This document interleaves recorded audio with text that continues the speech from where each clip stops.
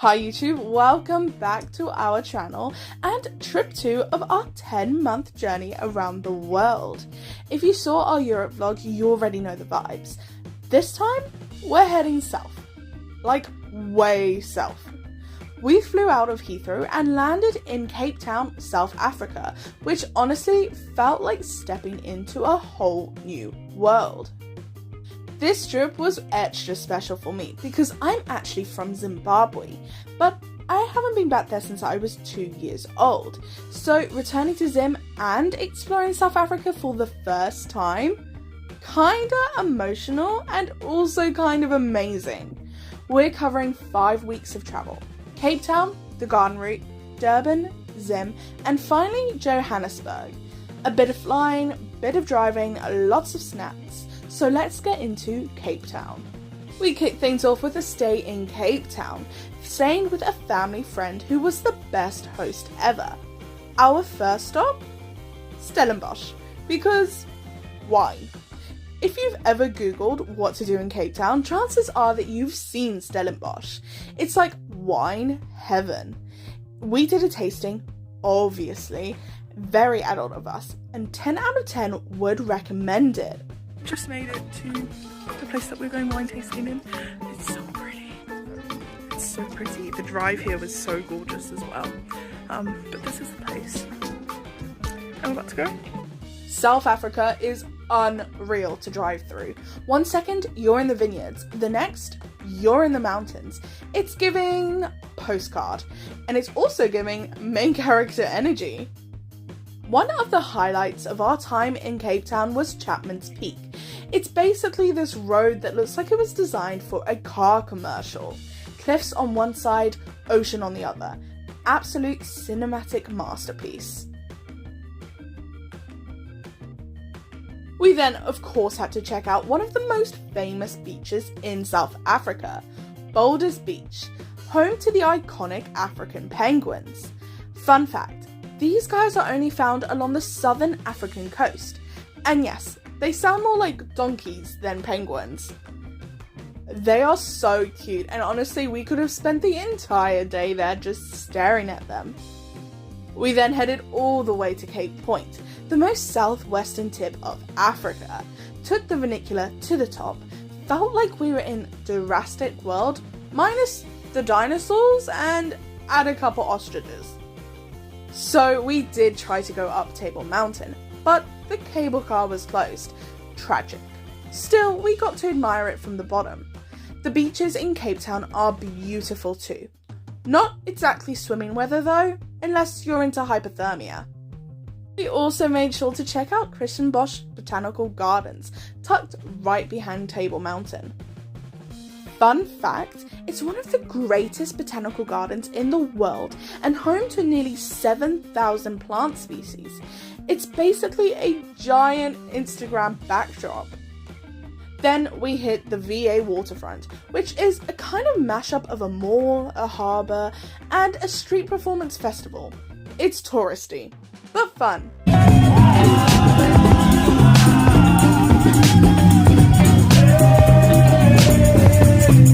Also, the food in South Africa, insanely good and cheap. Coming from Europe, we were shocked. Full meal for like $5? I was ready to move.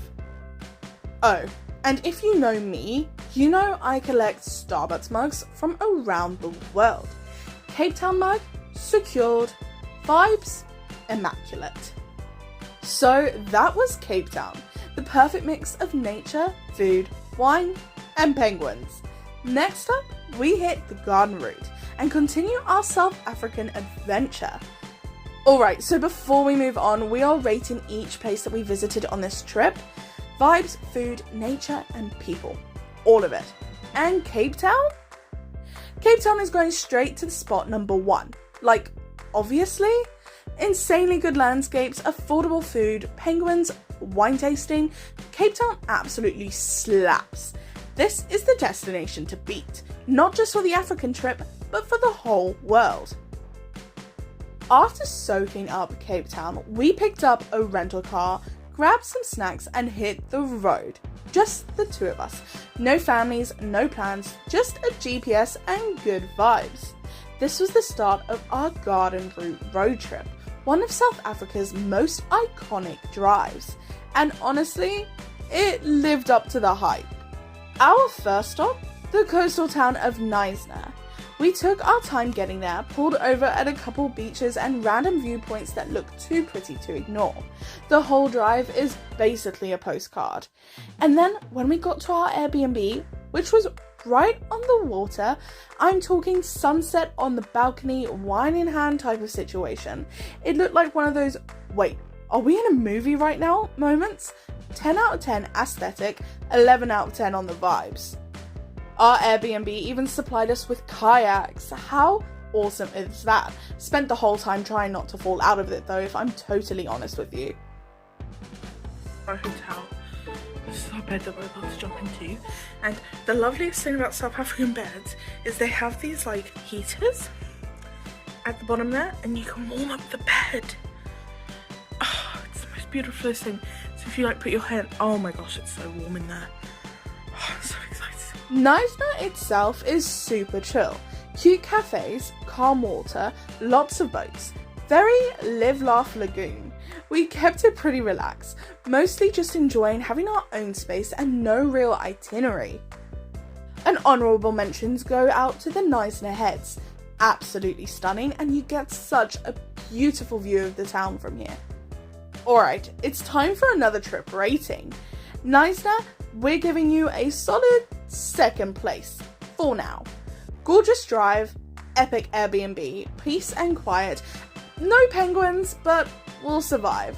So far the leaderboard goes Cape Town and then Knysna. From Knysna, we hit the road again, this time heading towards Jeffreys Bay. And on the way, we made a little detour to Monkeyland. Yes, that's actually what it's called. Monkeyland is a free roaming sanctuary and rehabilitation centre for rescued monkeys, and it's massive. Quick fact, they've got over 550 monkeys living in this forest, species from all over the world, all rescues from pet trade, circuses, or through other rough situations. And the best part of it all is that the monkeys themselves own the land that they live on. Nobody else.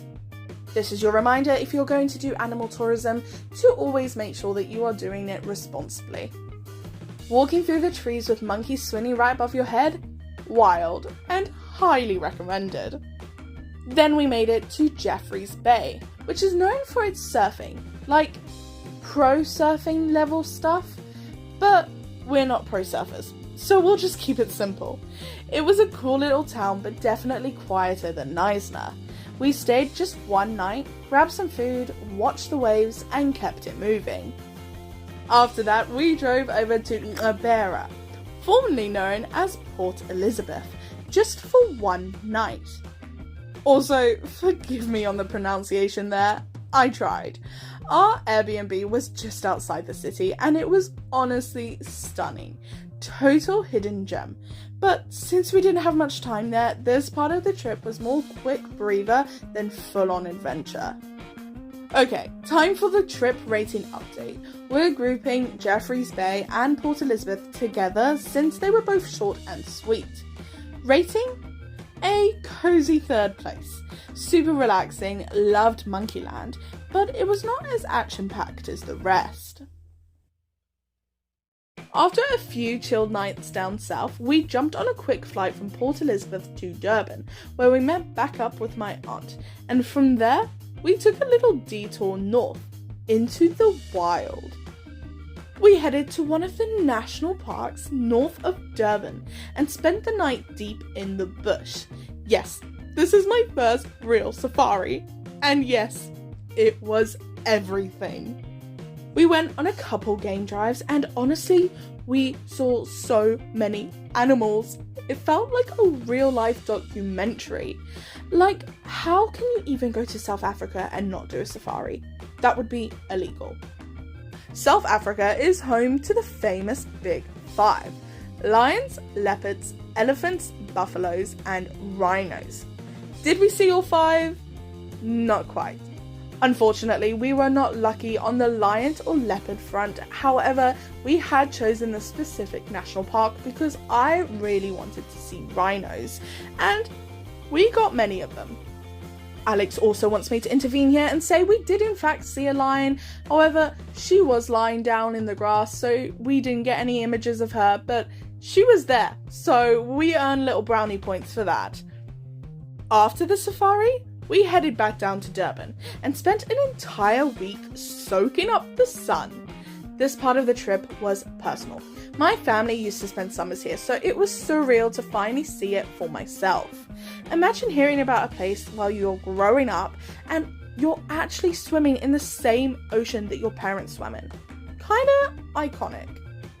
We stayed right on the beach. Morning swims, warm water, incredible food, and just really fun local vibes. Durban is South Africa's third largest city and one of the warmest oceans on the country's coastline, thanks to the Indian Ocean.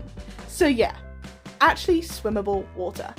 We explored the town, ate way too much, and basically lived our best beach life for 7 days straight. Now, we didn't technically stay exactly in the city of Durban itself. We stayed a little bit out in Umdloti, which was so beautiful.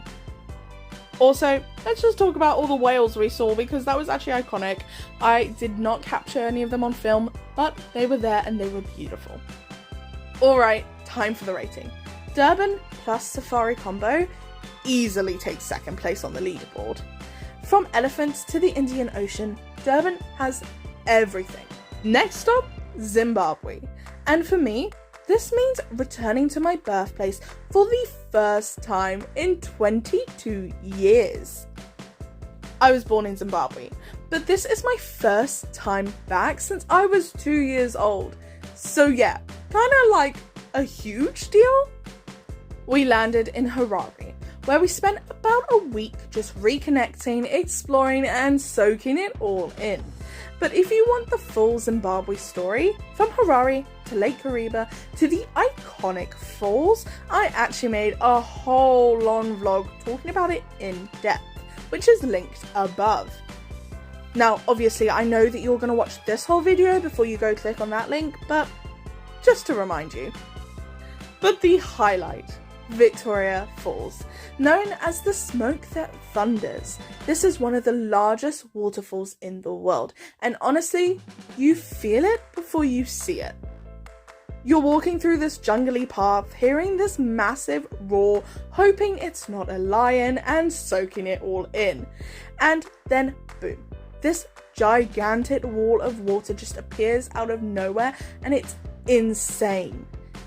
It was one of the most surreal natural wonders I've ever experienced, and actually the first of our 7 wonders of the world. Definitely one of the top moments of the entire world trip. Okay, time for the ranking. Like I said, if you are really interested in what Zimbabwe is really like to visit, go ahead and check out my other video because there is a lot more information in there. But since we are keeping it brief here, Victoria Falls is sliding into a massive third place because it is iconic and that is the spot it deserves. Okay, when it comes to ranking Harare, however, it was more chill and definitely ranks towards the bottom. After our whirlwind through Zim, we flew back down to Johannesburg to finish off the trip. And honestly, it was way more fun than we expected. If you're from the UK, you probably don't realise how big the malls are here. Huge. Entire cities of shopping. Also, shout out to Starbucks Joburg because yes, I finally scored another mug for my collection. Cape Town, South Africa and Joburg. Game is strong. We spent a couple of days just exploring, relaxing, and checking out local spots. A chilled way to end the trip. Good food, good vibes, and surprisingly amazing shopping. Also, this section of our world travels also won in the snack department because of the cream soda and the Bolton, which are some of my absolute favourite snacks. But also, Woolworths, or Woolies as it's known here. And yes, Woolworths still exists in South Africa. So if you're from the UK and you grew up with it, walking into one here is like a childhood fever dream. But like, kind of M&S vibes. Vlog. We are all packed up, ready to go. We are underweight currently, and Alex is mad at me because I'm like, we're underweight, we can get more stuff. We haven't had to pay for an overweight fee yet. No. So, I mean, as inconsistent as it is, and as overweight as we've been, we haven't had to pay yet. Actually, we had to pay to get them to do it. Oh, yeah. Oops. Okay, but since then, we haven't had to pay, and we've been on quite a few flights, so I think that's a good win. Alright, let's do this. Final rankings based on vibes, food, fun, and overall magic. So Cape Town is obviously in that top spot, no competition. It had wine, it had penguins, it had views and food. I mean, they all had food, but it had good food. Plus a banger of a destination. Durban and the safaris come into second place.